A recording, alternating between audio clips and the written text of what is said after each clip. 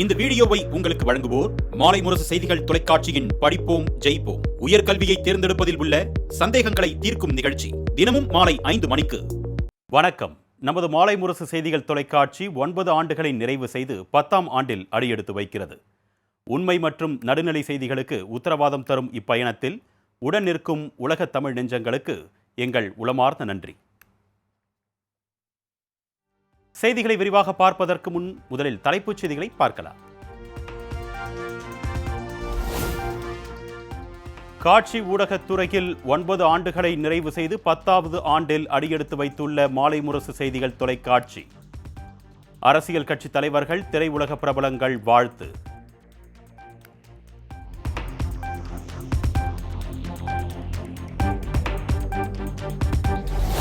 தாம்பரம் அடுத்த சிட்லப்பாக்கத்தில் அரசு காப்பகத்தில் 13 வயது சிறுமிக்கு பாலியல் ரீதியாக சித்திரவதை செய்து காலை முறித்த கொடூரம்.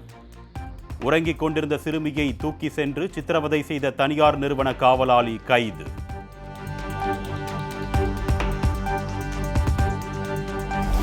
தாம்பரம் அருகே அரசு காப்பகத்தில் 13 வயது சிறுமி பாலியல் ரீதியாக சித்திரவதை செய்யப்பட்ட சம்பவம். முதலமைச்சர் மு க ஸ்டாலின் வெட்கி தலை குனிய வேண்டும் என்று எடப்பாடி பழனிசாமி சாடல்.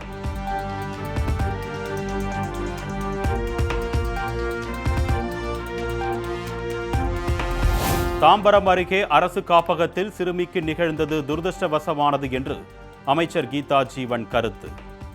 அனைத்து காப்பகங்களிலும் பெண் காவலர்களை நியமிக்க முதலமைச்சர் அறிவுறுத்தியுள்ளதாக அறிவிப்பு. சிசிடிவி காட்சி வச்சு போலீஸ் காவல்துறை நடவடிக்கை எடுத்திருக்கு. உடனடியாக நாங்கள் இப்போ லேடி வாட்ச்மேன் கூடுதலாக 3 வாட்ச்மேன் இப்போ இந்த மேத்யூன்றவர் அங்கே காவலராக இருக்கிறவர், அதனால் பதிலாக 3 பெண் காவலர்கள் நியமிக்கிறதுக்கு இன்றைக்கி அங்கே ஆட்சித்தலைவரிடம் நாங்கள் அறிவிச்சிருக்கிறோம். இப்போவே அவங்க யார் வில்லிங்காக இருக்கிற அந்த பெண் காவலர்களை உடனடியாக நியமிக்க போகிறாங்க.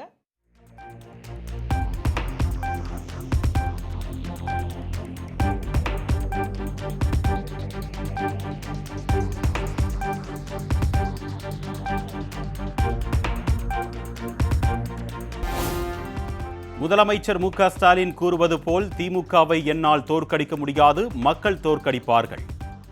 மதுரை பாஜக பொதுக்கூட்டத்தில் உள்துறை அமைச்சர் அமித்ஷா பேச்சு. डीएमके को नहीं हरा सकता मगर तमिलनाडु की जनता डीएमके को हरा सकती है.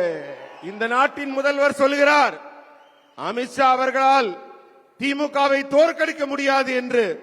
அவருக்கு சொல்றேன், அமித்ஷானால தோற்கடிக்க முடியாதுன்னு நீங்க சொல்றது சரிதான். ஆனா இந்த நாட்டின் மக்கள், தமிழக மக்கள் உங்களை தோற்கடிக்க இருக்கிறார்கள், காத்துக் கொண்டிருக்கிறார்கள்.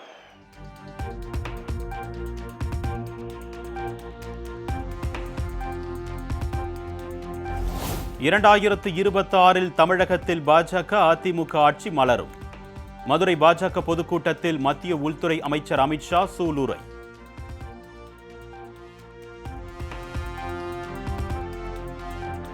இரண்டாயிரத்து 26 சட்டப்பேரவை தேர்தல் பணிகளை போர்க்கால அடிப்படையில் தொடங்க வேண்டும். நம்பிக்கையுடன் பணியாற்றுங்கள், இனிவரும் காலம் நமதே என்றும் பாஜக உயர்மட்ட குழு கூட்டத்தில் உள்துறை அமைச்சர் அமித்ஷா பேச்சு.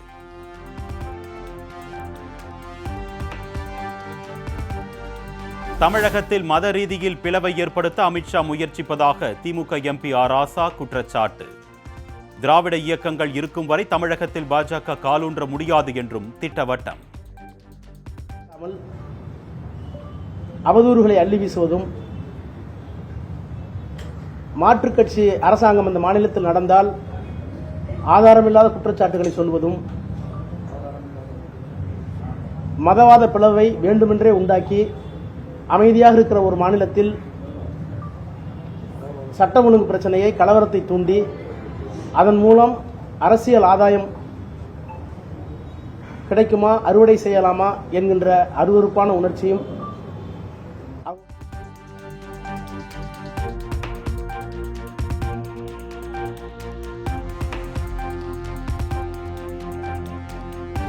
தமிழ் தமிழ் என கூறும் அமித்ஷா கீழடி அறிக்கையை வெளியிடாதது ஏன் என்று ஆர் ராசா கேள்வி. பிரதமர் மோடி அடிக்கடி தமிழகம் வருவதிலேயே யாருக்கு பயம் என்று அனைவருக்கும் தெரியும் என்றும் கருத்து. இல்லாத சரஸ்வதி நகருக்கு எவ்வளவு பணம்? இவங்களே 200 கோடி. பக்கத்தில் இருக்க மாநிலங்களெல்லாம் 200 கோடி. எங்கே இருக்குது சரஸ்வதி நதி? இல்லாத சரஸ்வதி நதிக்கு இவ்வளோ பணம், பேசாத சமஸ்கிருதத்துக்கு இவ்வளோ பணம். ஆனால் எங்கள் கீழடிக்கு, எங்களுடைய நாகரிகத்திற்கு, எங்களுடைய இரும்பு பயன்பாட்டிற்கு எந்த அங்கீகாரமும் கொடுக்க மாட்டோன்னா நாங்கள் தான் கேட்குறோம். என்ன உங்களோட தான் நாங்கள் இந்தியாவோட தான் நாங்கள் இருக்கிற மாதிரி எதை எங்களை அங்கீகரிக்கலாம் இல்லையா நாங்கள் தான் கேட்க வேண்டியது.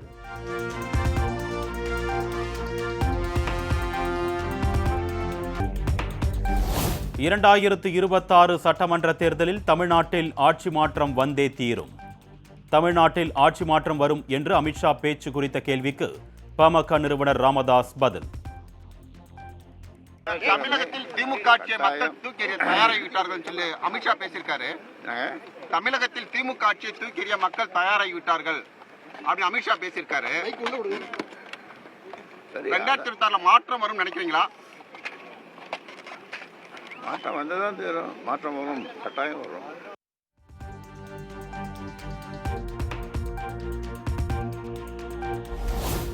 தமிழ்நாட்டில் 2026 சட்டமன்ற தேர்தலில் கூட்டணி ஆட்சி அமைவதற்கான சாத்தியம் உள்ளது. தேர்தலில் தனித்து நிற்க முடியுமா என்பதை காலம்தான் முடிவு செய்யும் என்றும் தேமுதிகவின் வாக்கு வங்கி அப்படியே இருப்பதாகவும் பிரேமலதா விஜயகாந்த் பேட்டி. கூட்டணி ஆட்சி வந்தா ரொம்ப நல்லது தாங்க, தப்பு ஒண்ணும் கிடையாது. மொத்த பவரும் மொத்த அதிகாரமும் ஒரே கரங்களில் இருப்பதை விட கூட்டணி ஆட்சி என்பது நல்ல விஷயம். மக்களுக்கு நிறைய நல்லது பண்ணலாம். தப்பே அப்படியே ஆளுங்கட்சியை தவறு செய்தாலும் சுட்டி காட்டலாம். நிறைய நல்ல விஷயங்கள் அதுல இருக்கு. 2026 சாத்தியம் இருக்குங்க. 2026 அதுக்கான சாத்தியங்கள் இருக்கு. நாமக்கல் அருகே மூதாட்டி தோட்டத்து வீட்டில் படுகொலை செய்யப்பட்ட சம்பவத்திற்கு எடப்பாடி பழனிசாமி கண்டனம். பல்லடம் மூவர் கொலை, சிவகிரி இரட்டை கொலைக்கு பிறகும் திமுக அரசு திருந்தவில்லை என்றும் காட்டம்.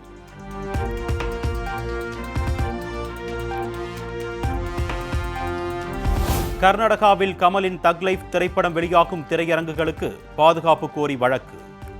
தியேட்டர்களில் தீயணைப்பு கருவிகளை பொருத்த உத்தரவிட்டு மனுவை தள்ளுபடி செய்தது உச்சநீதிமன்றம்.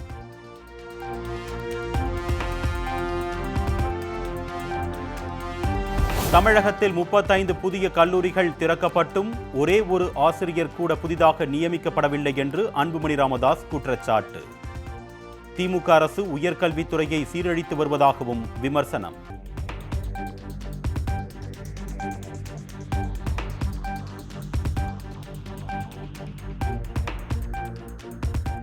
நெல்லை மாவட்டம் வீரவநல்லூர் அருகே சுடலைமாடன் சுவாமி கோவில் திருவிழாவில் மனித தலையுடன் சாமியாடியவர்கள் மீது வழக்கு பதிவு.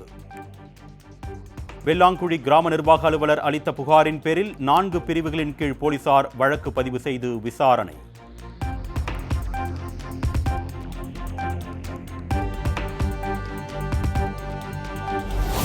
தமிழகத்தில் மாநிலங்களவை தேர்தலுக்கான வேட்புமனு தாக்கல் இன்றுடன் நிறைவு. தற்பொழுது வரை 9 பேர் மனு தாக்கல் செய்திருப்பதாக தகவல்.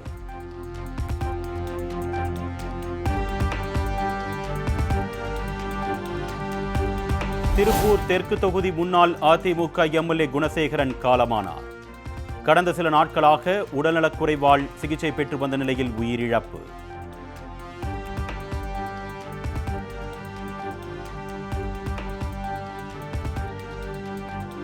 என்னை ஒரு வார்த்தை கேட்டுவிட்டு செய்வது அவர்களின் நாகரிகமாகாதா?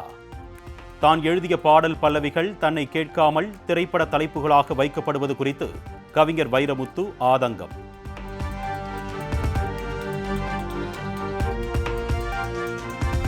சென்னை மாநகர காவல் ஆணையர் அருண் உயர்நீதிமன்றத்தில் நேரில் ஆஜர்.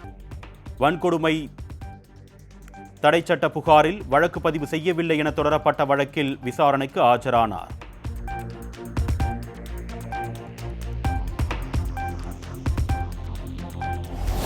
சென்னை மாநகரில் உள்ள காவல் நிலையங்களில் நிலுவையில் உள்ள முதல் தகவல் அறிக்கைகள் எத்தனை வழக்குகளில் புலன் விசாரணை நிலுவையில் உள்ளது என்றும் காவல்துறைக்கு சென்னை உயர்நீதிமன்றம் கேள்வி.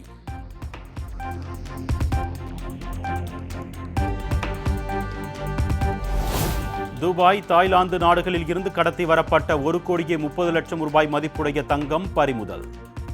2 பேரை கைது செய்து சுங்கத்துறை அதிகாரிகள் விசாரணை.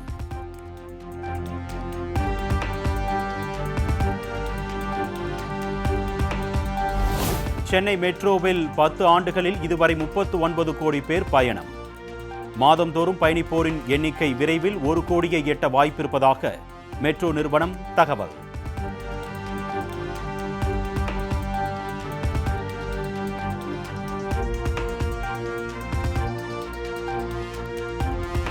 செய்யாறு அருகே மது போதையில் வாகன தணிக்கையில் நிற்காமல் சென்ற காரை சினிமா பாணியில் துரத்தி சென்று பிடித்த காவலர்.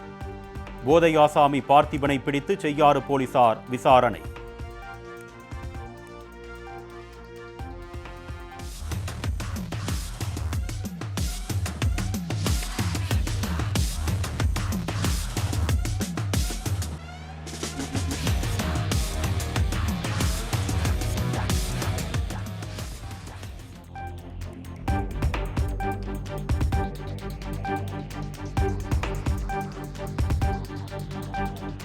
மதுரை ஆரப்பாளையத்தில் அரசு பேருந்து ஓட்டுநரை பேருந்து நிலைய மேலாளர் செருப்பால் அடித்ததால் பரபரப்பு.